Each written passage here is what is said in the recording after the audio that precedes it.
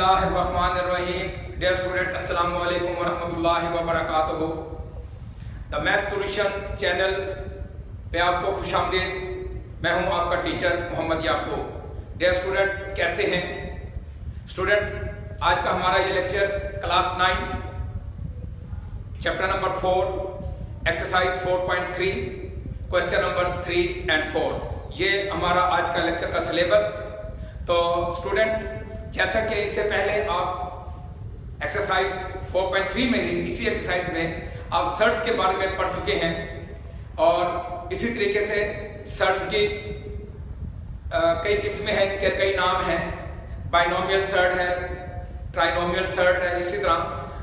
अब स्टूडेंट, हमारा जो क्वेश्चन नंबर 3 है वो ये है कि simplified by combining similar term. अब देखें कि कोई भी सर्ट है, अगर हम उसको सिंप्लीफाई करेंगे, सिंप्लीफाई करने के बाद हमारे पास उसमें लाइक टर्म्स हैं, हम उसको आपस में सिंप्लीफाई करेंगे, उसको सॉल्व करेंगे। तो चलते हैं अपने क्वेश्चन की तरफ। Question number 3। अब देखें, √5 - 3 √20 + 4 √5। अब स्टूडेंट, ये 5 की फैक्टराइजेशन तो नहीं हो सकती, अलबत्ता 20 और 45 की जो है ये फैक्टराइजेशन हो सकती है। तो 45 के हम क्या करते हैं, फैक्टर बनाते हैं 3 × 3 एंड × 5। तो उसके बाद -3 √20। अब 20 के जो फैक्टर हैं वो 2 × 2 एंड × 5 + 4 √5।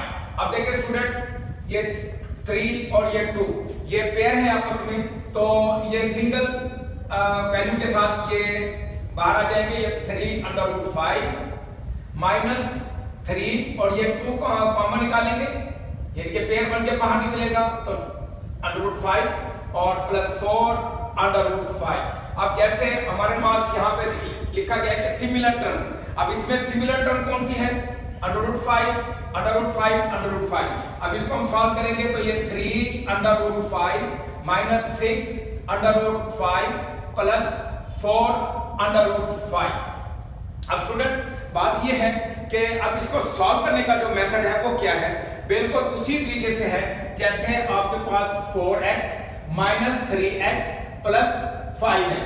अब क्या करते हैं, 5x और 4x 9x, तो 9x - 3x = 6x। इसी तरीके से जैसे यहाँ पे ये x और ये x है, तो यहाँ पे जो सिमिलर टर्म है वो √5 है। तो अब क्या करेंगे, अब ये देखें 3 और 4 7 है, और 7 में से 6 ये इनके कोफिशिएंट होते हैं, कोफिशिएंट ऑफ इन्हें सर्ट बोलते हैं। तो अब ये हमारे पास क्या आंसर आ जाएगा, 3 + 4 7, और 7 में से 6 रस करेंगे तो 1 आएगा। तो 1 क्योंकि हम कोफिशिएंट के तौर पर हम नहीं लिखते, तो इस तरीके से अब ये इसका हमारे पास आंसर। अब जो हमारे पास इसका सेकंड क्वेश्चन है स्टूडेंट, सेकंड क्वेश्चन भी एज इट इज के ये देखिए हमारे पास 412 5 √27 75 एंड 300। तो अब हमने क्या करने हैं, हमने इनके फैक्टर बनाने हैं। हम पहले 300 के फैक्टर बनाते हैं।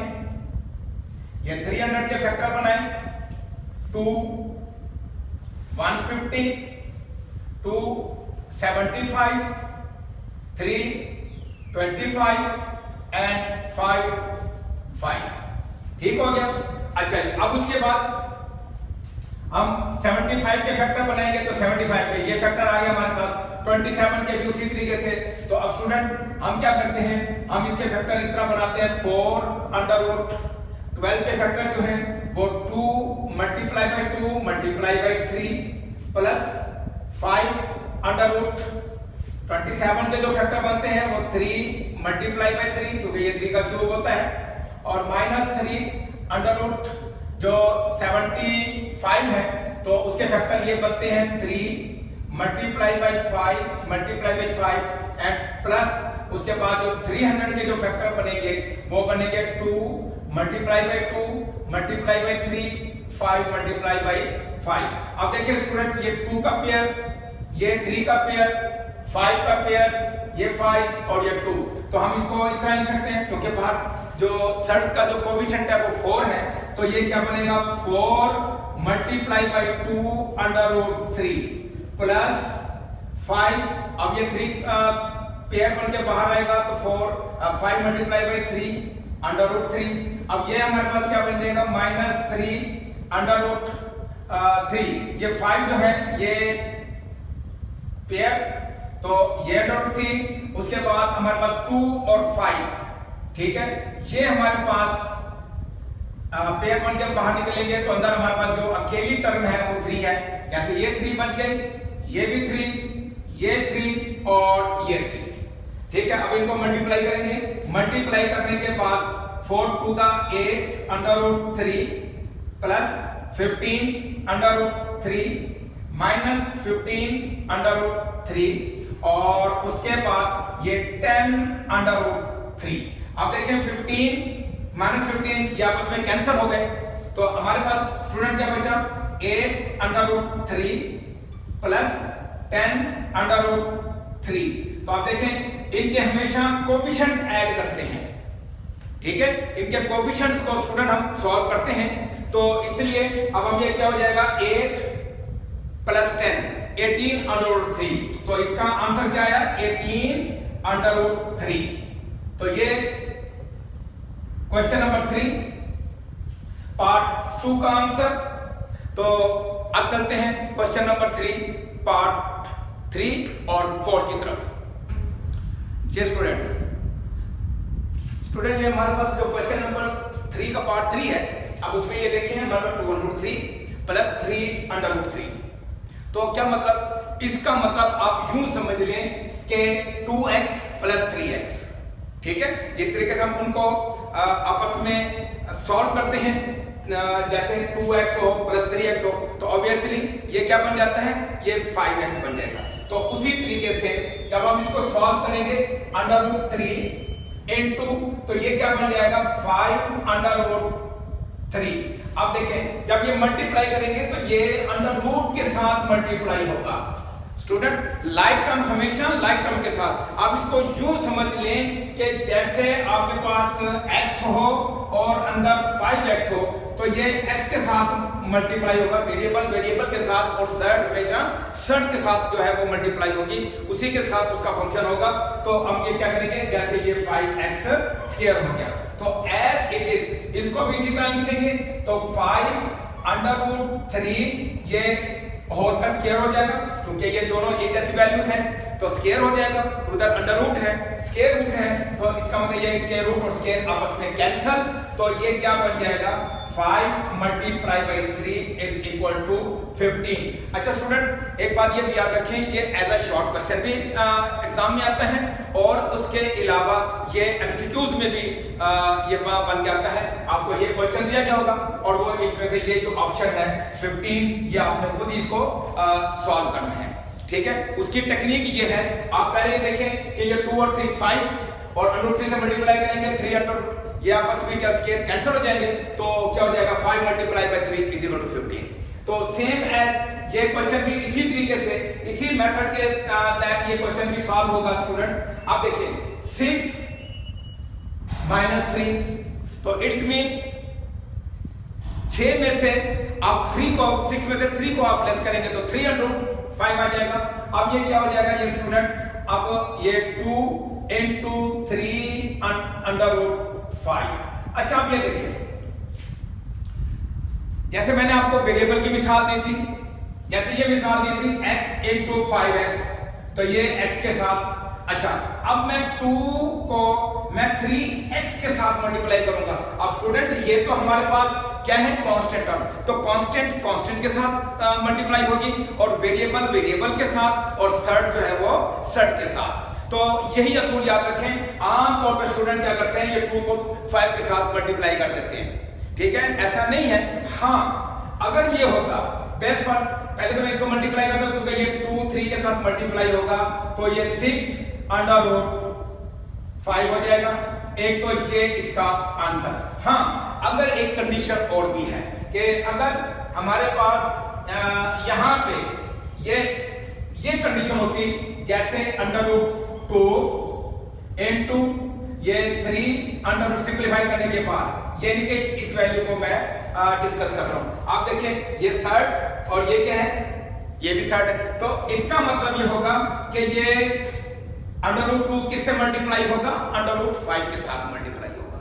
ठीक है, तो इसलिए अब इसका जो आंसर है वो 3 अंडर रूट। अब चूंकि यहां पे मैंने आपको पहले भी एक प्रॉपर्टी मैंने बताई हुई थी, वो क्या प्रॉपर्टी बताई थी, x under root multiply by y under root, ये क्या हो जाएगा x y।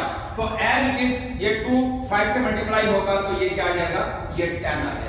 ये कंडीशन होती है, ये नहीं होगी कि आप इस 2 को 5 के साथ मल्टीप्लाई करें, ऐसा नहीं है। ठीक है, ये कोफिशिएंट है, कांस्टेंट है, तो कांस्टेंट कांस्टेंट के साथ यही असूल याद रखें कि अब देखें स्टूडेंट, इसकी मिसाल आमतौर पे मैं ये देता हूं कि कौवा हमेशा कब्बे में बैठा हुआ अच्छा लगता है, कबूतर कबूतर में, और जो यूं समझ लें कि शाहीन जो है वो शाहीन में बैठा हुआ जो है वो बेहतर लगता है। ठीक है, क्योंकि शाहीन का करकस के साथ कोई जोड़ नहीं है, कौवे का कबूतर के साथ कोई जोड़ नहीं है। तो इसलिए यही एक पॉइंट जो है वो अपने ध्यान में रखें कि सर्ट हमेशा सर्ट के साथ, वेरिएबल हमेशा वेरिएबल के साथ, और कांस्टेंट हमेशा कांस्टेंट के साथ। तो चलते हैं अपने नेक्स्ट क्वेश्चन नंबर 4 की तरफ। जी स्टूडेंट, क्वेश्चन नंबर 4 सिंप्लीफाई। अब स्टूडेंट बात यह है कि इसमें कुछ वैल्यूज और सर्ट जो हैं वो फार्मूले की शेप में लिखे गए हैं, हमने ये आइडेंटिफाई करना है। और अपने प्रीवियस लेक्चर्स में मैं इस बात पे बिल्कुल इंसिस्ट करता रहा हूँ आपको कि आपने फार्मूले जो हैं वो अच्छे तरीके से याद करने हैं। तो अब देखें कि अगर आपको फार्मूला अगर याद है तो ये देखें, क्या ये a प्लस बी और a माइनस बी की शेप है। ठीक है, तो इसका मतलब ये होगा कि ये जो है हमारा यहाँ पे कौन सा फार्मूला इस्तेमाल होगा, a प्लस बी और a माइनस बी। हम हिंट देंगे एग्जामिनर को कि since a plus B a minus B is equal to a square minus b square. तो ये हमने एग्जामिनर को हिंट देना है। तो अब ये क्या हो जाएगा, ये हो जाएगा देखिए 3 square minus under root 3 whole square. अब ये 3 का स्क्वायर किसके बराबर होगा, 9 के, और 3 का ये स्क्वायर रूट और स्क्वायर के साथ कैंसिल, तो -3 विच इज इक्वल टू 6। अच्छा, यहाँ पे तो a प्लस बी और a माइनस बी वाला फार्मूला इस्तेमाल होगा। तो और ये नीचे जो है ये आपका फार्मूला कौन सा इस्तेमाल होगा, a plus B whole square. अब यहाँ पे भी ये हमारा ये आंसर था। तो अब ये देखें, यहाँ पे भी हम ये लिखेंगे कि since a plus B whole square is equal to a square plus b square plus 2ab। तो ये हमारे पास ये फार्मूला है जो हमने एग्जामिनर को बताना है। ठीक है, तो उसके बाद आपने क्या करना है, अब इसको उसी तरीके से लिखें, अंडर रूट 5 का स्क्वायर a का स्क्वायर। ठीक हो गया, क्योंकि पहली वैल्यू हमारे पास क्या है, अंडर रूट 5। तो अंडर रूट 5 का स्क्वायर प्लस अंडर रूट 3 का स्क्वायर प्लस और उसके बाद 2 into under root 5 into under root 3। तो अब ये क्या है, स्क्वायर रूट से स्क्वायर कैंसिल, ये कैंसिल हो गया, तो 5 प्लस 3 प्लस 2।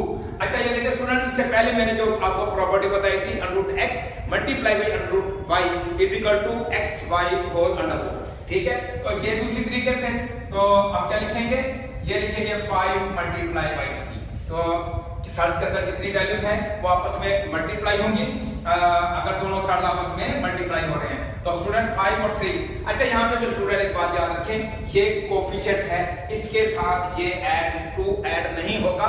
ऐड जो होंगे वैल्यूज वो ये दोनों होंगे 8 प्लस 2 अंडर रूट 10।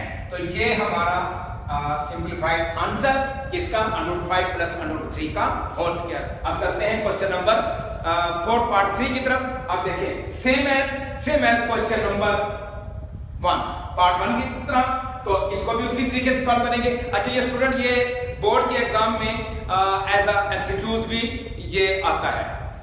देखें, अब यहाँ पे भी आप एंड दे दें क्योंकि आप सॉल्व कर रहे हैं। अगर शॉर्ट क्वेश्चन में आ जाए तो जाहिर आप एग्जामिनर को बताएंगे कि a plus B into A minus B is equal to A square minus B square. ठीक हो गया। अच्छा जी, अब उसके बाद ये क्या हो जाएगा, अंडर रूट 5 का स्क्वायर माइनस अंडर रूट 3 का स्क्वायर। ठीक है, ये स्क्वायर और स्क्वायर रूट आपस में कैंसिल हो गए, तो ये क्या आ जाएगा 5 माइनस 3 इज इक्वल टू 2।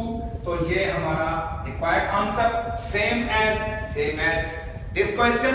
आप इस क्वेश्चन को भी देखें कि ये भी वही condition, same values but different sign between them. Sign इनके दरमियान क्या है, डिफरेंट है। तो वही formula since a plus B और a minus B is equal to a square minus B square. अच्छा स्टूडेंट, एक बात ये है कि आप ये सोच रहे होंगे कि मैं हर क्वेश्चन में ये फार्मूले का हिंट क्यों देता हूँ, रेफरेंस क्यों देता हूँ। उसकी वजह ये है कि आपको ये फार्मूले जो है वो अच्छे तरीके से याद हो जाए और एग्जाम में भी आपने एज इट इज इसी तरह आपने इसको अंडरलाइन करके और हाईलाइट करके आपने एग्जामिनर को बताना। एग्जामिनर को फौरन पता लग जाएगा कि इस बच्चे को फार्मूले आते हैं, इस बच्चे को मैथ आती है। तो अब ये देखें इसको भी इसी तरीके से कि अब अंडर रूट 2 का square minus 1 over under root 3 का ये होल स्क्वायर, स्क्वायर रूट से कैंसिल, तो ये 2 माइनस 1 ओवर 3। तो अब जाहिर है ये क्या करेंगे, डिनोमिनेटर 2 से मल्टीप्लाई होगा, 2 3 दा 6 माइनस 1 इसका एलसीएम जो कि 3 आएगा, तो इसलिए 5/3। तो ये इसका आंसर। तो स्टूडेंट अब चलते हैं अपने next question, question number 4 part 5 की तरफ, the most important part of this question. तो चलते हैं क्वेश्चन नंबर 4 पार्ट 5 की तरफ। ये स्टूडेंट क्वेश्चन नंबर 4 पार्ट 5, अब देखें ये मुख्तलिफ वैल्यूज हैं।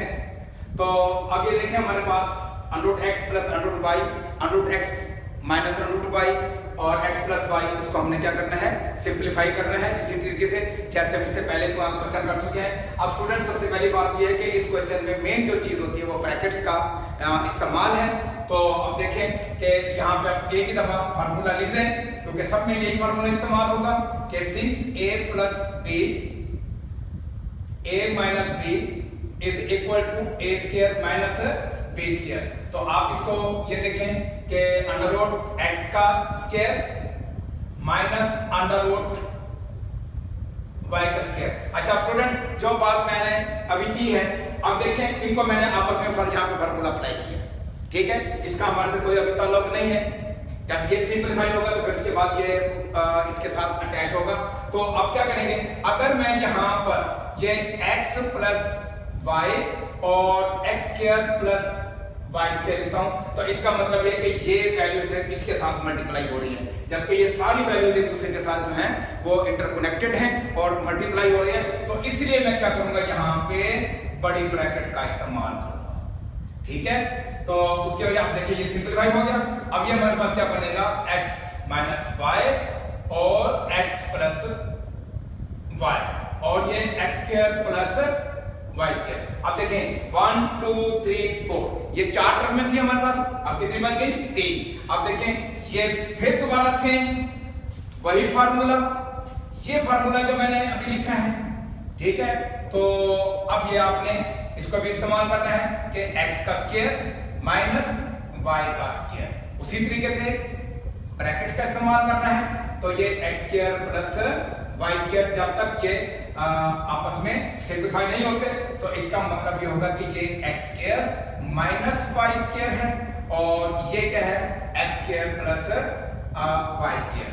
तो स्टूडेंट अब ये दोबारा फिर वही फार्मूला, स्क्वायर डिफरेंस फार्मूला जो कि यूज हो रहा है, तो अब ये फिर दोबारा वही फार्मूला इस्तेमाल होगा, x square whole square minus y square और होल स्क्वायर। तो ये क्या बनेगा, x4 माइनस y4। तो which is our required answer? This is our last question of this exercise, exercise 4.3 अपने इख्तिताम को पहुंची। अब इंशाल्लाह अपने नेक्स्ट लेक्चर में एक्सरसाइज 4.4 लेकर हाजिर होंगे। तो तब तक के लिए इजाजत। स्टूडेंट लास्ट मैसेज, मेहनत करें, मेहनत में अजमत है, अपने बेहतर मुस्तकबिल के लिए। अस्सलामु अलैकुम वरहमतुल्लाहि व बरकातुहू।